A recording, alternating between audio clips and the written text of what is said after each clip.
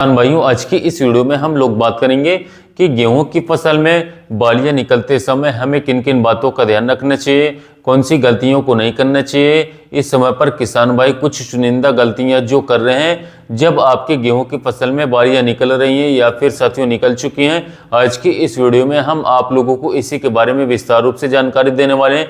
क्योंकि दोस्तों इस समय पर यह हमारे लिए बहुत ही महत्वपूर्ण होता है। अगर आप कोई भी अनावश्यक गलती कर बैठते हैं तो इससे आपका बहुत ही भारी नुकसान हो सकता है। क्योंकि साथियों आपकी जो फसल है उसमें जो बालियां निकल रही हैं वो बालियों का निकलना बहुत ज़्यादा आवश्यक है। जितना अधिक मात्रा में बालियां निकलेंगी उतना ज़्यादा ही आपको उसमें दाने देखने को मिलेंगे। और ये जो दाने बनने की प्रक्रिया है इसमें आप लोग को बहुत ज़्यादा सावधानी भी रखनी पड़ती है, क्योंकि बहुत ढेर सारी बीमारियों का, इसके अलावा आप लोगों को बहुत ढेर सारे तत्वों की कमी के लक्षण भी देखने को मिलते हैं। और साथ ही साथ किसान भाई जो है कुछ गलतियाँ भी कर बैठते हैं जिसके कारण उन्हें भारी नुकसान देखने को मिलता है। और इस वीडियो में आज हम आपको इसी के बारे में पूरी सहायता करेंगे और पूरा इसका सॉल्यूशन आप लोगों को देंगे। दोस्तों जो भी किसान भाई हमारे कृषि मित्र चैनल पर पहली बार हैं वो चैनल को सब्सक्राइब करना बिल्कुल मत भूलें। और साथ ही साथ किसान भाइयों के फायदों के लिए हमने एक और साथियों इंस्टाग्राम चैनल बनाया है जिससे कि आप डायरेक्ट मैसेज करके अपनी समस्याओं को दूर कर सकते, पूछ सकते हैं। इसके साथ साथ आपको हमारे चैनल पर हमारे वीडियोस के बारे में सारी जानकारी मिलेगी। नए वीडियोस अपलोड होगा उसकी लिंक वहां पर मिल जाएगी जिससे कि किसान भाई आसानी से देख सकते हैं और अपने जो है समस्या पूछ करके सहायता पा सकते हैं। उस साथियों चैनल को फॉलो करने के लिए आपको हमारे साथियों चैनल के डिस्क्रिप्शन में साथियों लिंक मिलेगा जिस पे आप जाकर के हमारे इंस्टाग्राम चैनल को फॉलो कर सकते हैं। वहाँ पर अभी तक बहुत सारे किसान भाई ज्वाइन कर चुके हैं और हमने कई किसान भाई की समस्या को दूर किया है। उसी में से एक किसान भाई थे जिन्होंने आज हमसे एक समस्या साझा की कि उन किसान भाइयों का गेहूं की फसल का ऊपर से गेहूं का पत्तियों का पीलापन आ रहा था, जिसके बारे में हमने पूरी जानकारी उन्हें दी। आप जाकर के साथियों वहाँ पर हमें इस चैनल पर मैसेज भी कर सकते हैं। और जो भी किसान भाई अपनी समस्या को पूछना चाहते हैं वो जल्द से जल्द हमारे इस चैनल को जरूर सब्सक्राइब करें। तो चलिए किसान भाइयों अब बात कर लेते हैं कि इस समय पर जब हमारी गेहूं की फसल में बालियां निकल रही हैं और निकलने का समय चल रहा है तो किसान भाई कौन कौन सी गलतियां कर बैठते हैं और इसके साथ साथ जिससे उन्हें बहुत ही भारी नुकसान देखने को मिलता है। सबसे पहली गलती है साथियों, किसान साथियों ये पूछते हैं कि NPK 0-34 का स्प्रे बालियां निकलने से पहले करना है या फिर बालियां निकलने के बाद करना है या फिर निकल रही है तो करना है। तो दोस्तों हमने कई बार इस पर 3 से लेकर के 4 वीडियोस बनाए जिस पर हमने बताया कि NPK 0-34 का स्प्रे बालियां निकलने से पहले आपको करना चाहिए, यानी कि बालियां आपकी निकलना शुरू हो रही हैं, गोब की अवस्था में गेहूं की फसल है, आपको हल्का हल्का दिख रहा है कि हाँ चलो अब बालियां निकल रही हैं, इस समय पर आपको स्प्रे करना चाहिए, तभी ये आपके लिए फायदेमंद होता है। इसमें आप जैसे कि जानते हैं साथियों कि फास्फोरस और पोटाश जो होता है, जो कि 0-34 में 1% फास्फोरस, 34% पोटाश होता है, नाइट्रोजन 0% होता है। और बालियां निकलने और बनने के लिए सबसे ज़्यादा जरूरी फास्फोरस और पोटाशी होता है। ये साथियों तत्व ही आपकी सबसे ज़्यादा सहायता करते हैं अधिक से अधिक मात्रा में पैदावार को बढ़ाने के लिए। अब साथियों बात कर लेते हैं इसके अलावा किसान भाई और क्या गलती करते हैं। कुछ किसान भाई पूछते हैं कि NPK 0050 इसका स्प्रे बालियों में जब फूल आ रहा है, फूल खिला हुआ है तब करना चाहिए कि नहीं करना चाहिए, यानी कि उसमें ऊपर अभी जब बालियां निकल चुकी हैं तब करना चाहिए कि नहीं करना चाहिए। तो साथियों जब आपके खेत में बालियां अच्छे तरीके से निकल जाएं साथियों, यानी कि 100% बालियां निकल चुकी हों, 90% से लेकर के 100% तक बालियां निकल चुकी हैं, इसके आसपास भी हैं, तब आप लोगों को NPK 0050 का स्प्रे करना चाहिए। और दूसरा साथियों बाली जब अच्छे तरीके से निकल हैं तभी करना है। बालियां निकलते समय या फिर बालियां अभी अधिक निकल रही हैं, अच्छी तरीके से दाने नहीं बने हैं, तब आप लोगों को नहीं करना है। जब दाने उसमें बनना शुरू हो जाए, बालियां अच्छी तरीके से निकल जाएं, दाने बन रहे हैं साथियों, तब आप लोगों को इसका स्प्रे करना चाहिए। और इसके साथ साथ एक बात का और ध्यान रखिएगा कि जो भी आप प्रोडक्ट खरीद रहे हैं वो बढ़िया अच्छी क्वालिटी का खरीदें, बढ़िया कंपनी का खरीदें, क्योंकि मार्केट में डुप्लीकेसी बढ़ चुकी काफ़ी ज़्यादा और किसान भाइयों को किसी भी अलग थलग कंपनियों का बेच दिया जाता है अपने फ़ायदे के लिए। तो साथियों आप किसान भाई जो हैं वो इसको देखते नहीं है, इसकी जांच पड़ताल जांच परख नहीं करते हैं और इसके साथ साथ हल्का सा महंगा और सस्ता के चक्कर में भी पड़ जाते हैं और नुकसान कर बैठते हैं।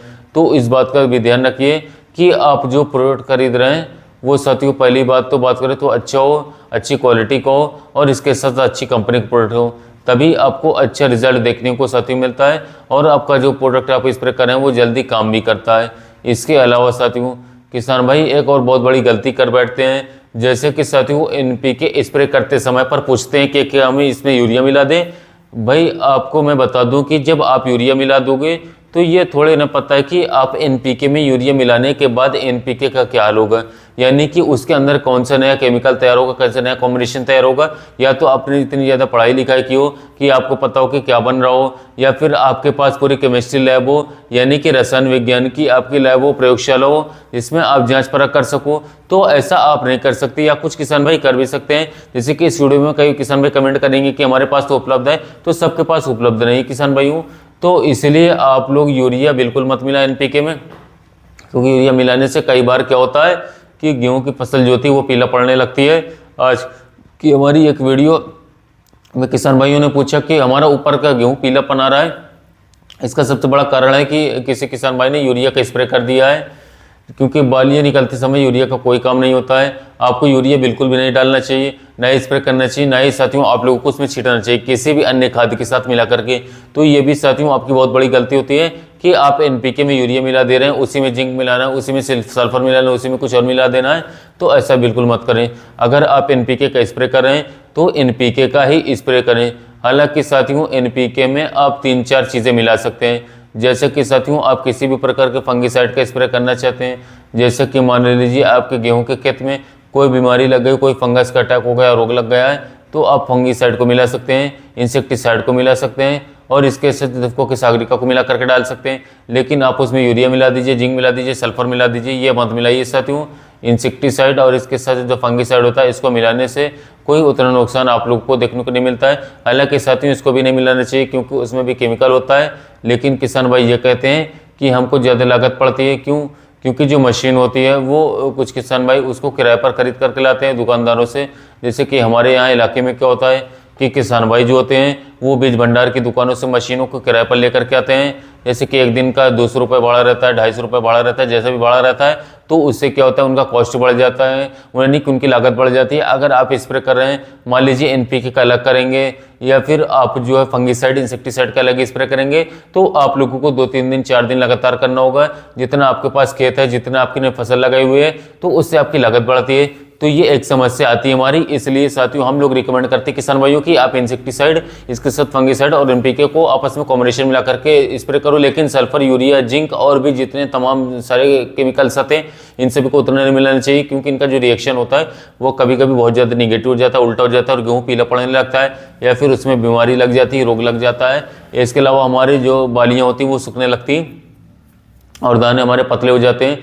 या फिर आप जैसे समय पर एक बहुत बड़ी कमी आती है कि लोग खेतों में सिंचाई यानी कि पानी की जो उपलब्धता को नहीं देखते हैं। पानी कम है, ज़्यादा है, सिंचाई बराबर नहीं करते हैं और खेत जो है सूख जाता है। और इस समय पर आपके खेत में पानी होना बहुत ज़रूरी है, यानी कि नमी बरकरार रहना चाहिए। नमी नहीं रहती तो आपकी जो बालियाँ होती हैं उसके अंदर दाने आपके मर जाते हैं, एकदम सिकुड़े और पतले हो जाते हैं। तो इस बात को आप साथियों ध्यान रखिएगा। इसी के साथ किसान भाइयों एक बात का और ध्यान रखिएगा कि आजकल हमारे जो किसान भाई हैं उनकी गेहूं की जो ऊपर की पत्तियां हैं वो पीली पड़ रही होती हैं। उसके 2 कारण होते हैं। एक तो या तो साथियों उसमें येलो रस्ट जो बीमारी होती है वो लग गई है, जैसे कि साथियों पीला और भूरा रतुआ भी हम कहते हैं, एक तो वो लग जाता है। दूसरा साथियों होता है कि या तो आपने आयरन की कमी रखी है, यानी कि आपने फेरस सल्फेट का स्प्रे नहीं किया। जब आपकी फसल 30 से 40 दिन 50 दिन के आसपास की थी तब आपको फेरस सल्फेट का स्प्रे करना चाहिए, क्योंकि कई बार हमारे फसलों में आयरन की कमी हो जाती है। इसके अलावा साथ ही पीला पड़ने का एक और कारण होता है जिंक की कमी। जिंक की कमी के कारण हमारी जो गेहूं की फसल होती है वो पीली पड़ने लगती है। तो अगर आपने इनमें से जिस भी चीज़ को नहीं स्प्रे किया है वह आप चाहें तो इस समय पर स्प्रे कर देते हैं, अगर आपका गेहूं पीला पड़ रहा है तो। क्योंकि आज ही का एक किसान भाई का जो है सवाल था, उन्होंने फोटो भी भेजे थे, मैं आपके सामने साथियों फोटो दिखाऊंगा, जिसमें उन्होंने बताया था कि हमारा गेहूं का जो ऊपर की पत्तियां थी वो पीली पड़ रही थी। तो इस बात को आप जरूर ध्यान रखिएगा और इसके साथ साथ अपने गेहूं की फसल में इसको सुनिश्चित करिएगा कि आपके गेहूं की फसल एकदम बढ़िया और अच्छी तरीके से हो और आपको अच्छी से अच्छी पैदावार साथियों देखने को मिले। किसान भाइयों अगर आपको वीडियो अच्छा लगा हो तो चैनल को सब्सक्राइब कीजिए, वीडियो को लाइक कीजिए, साथ में मिलते हैं नए टॉपिक के साथ।